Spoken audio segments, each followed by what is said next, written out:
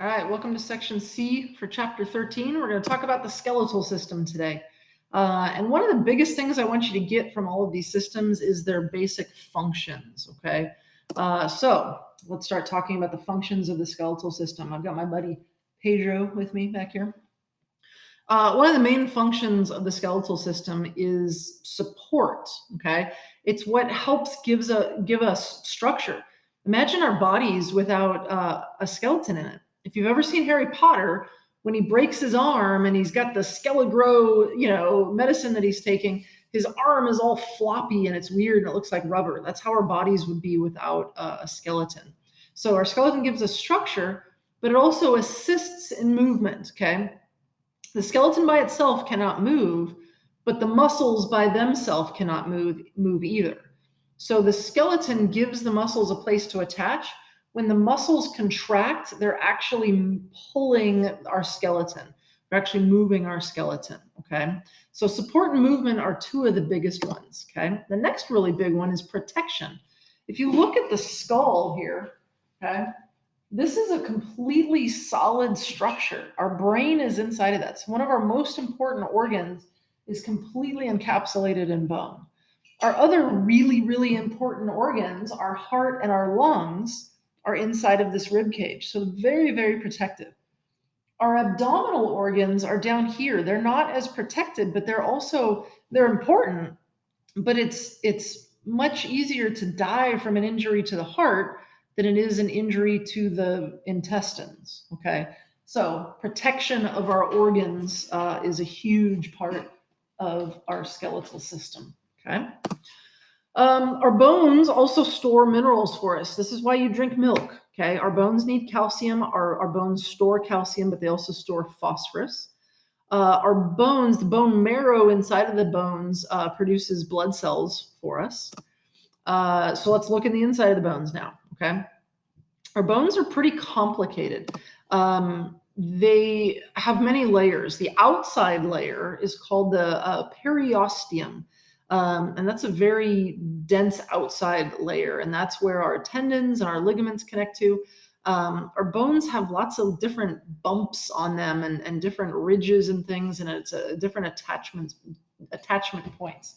The biceps attach to very specific locations on these bones here. Okay.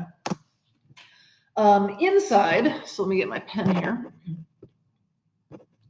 So inside, you see this kind of porous, excuse me, kind of honeycomb type of material. That's called the spongy bone.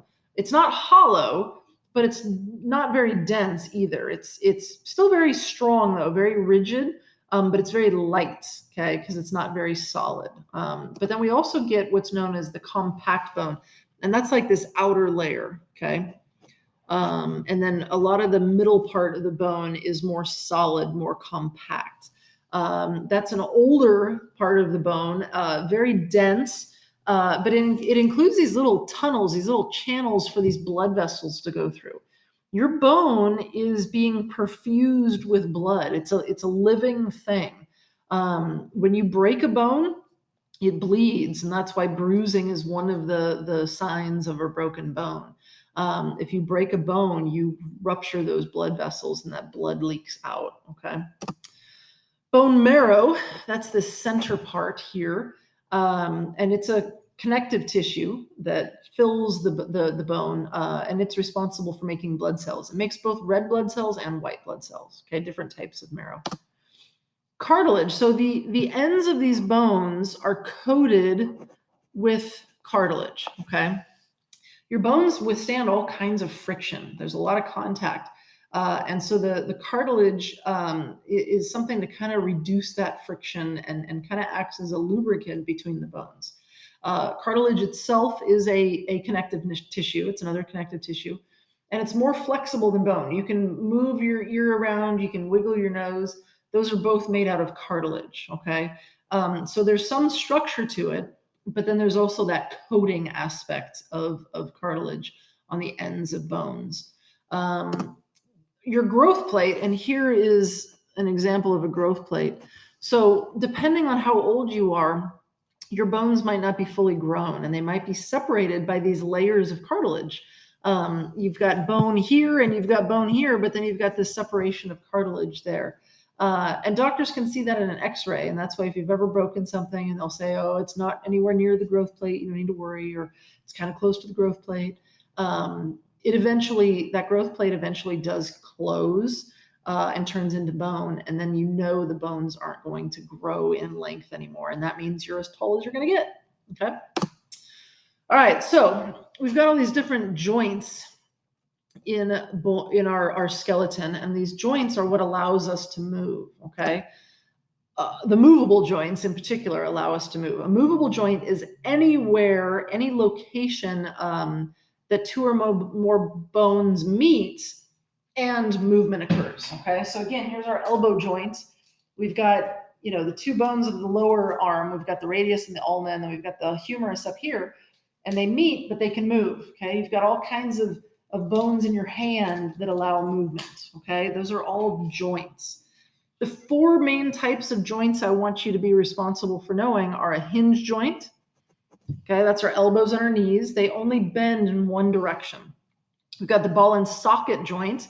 That's in our shoulders and in our hips. Okay, that allows lots of different movements: forward, back, up, down, kind of a circular rotation movement from that ball and socket. We've got the pivot joint in our neck, and that allows us just to pivot from one direction to the next. Okay. The joint that allows us to nod our head is a different kind of joint. The pivot joint is what allows us to do this.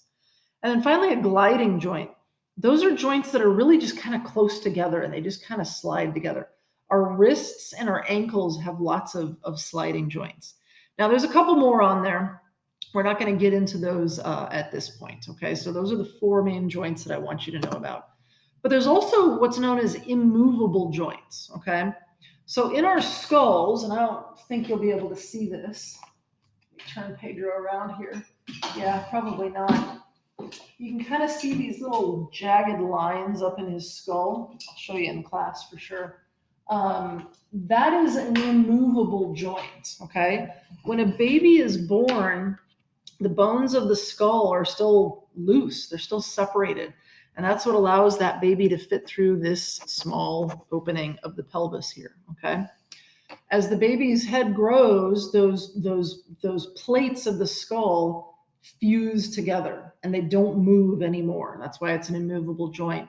But by definition, a joint is anywhere where two bones come together. So whether it moves or not doesn't matter. It's just that two bones came together there, okay? So our skull has those immovable joints to it.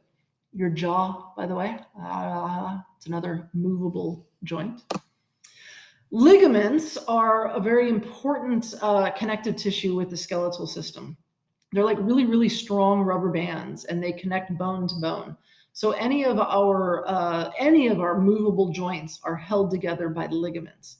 Probably the most common ligament you've ever heard of is the ACL. That's the anterior cruciate ligament, and it's in the knee. And a lot of football players and basketball players will tear that ligament.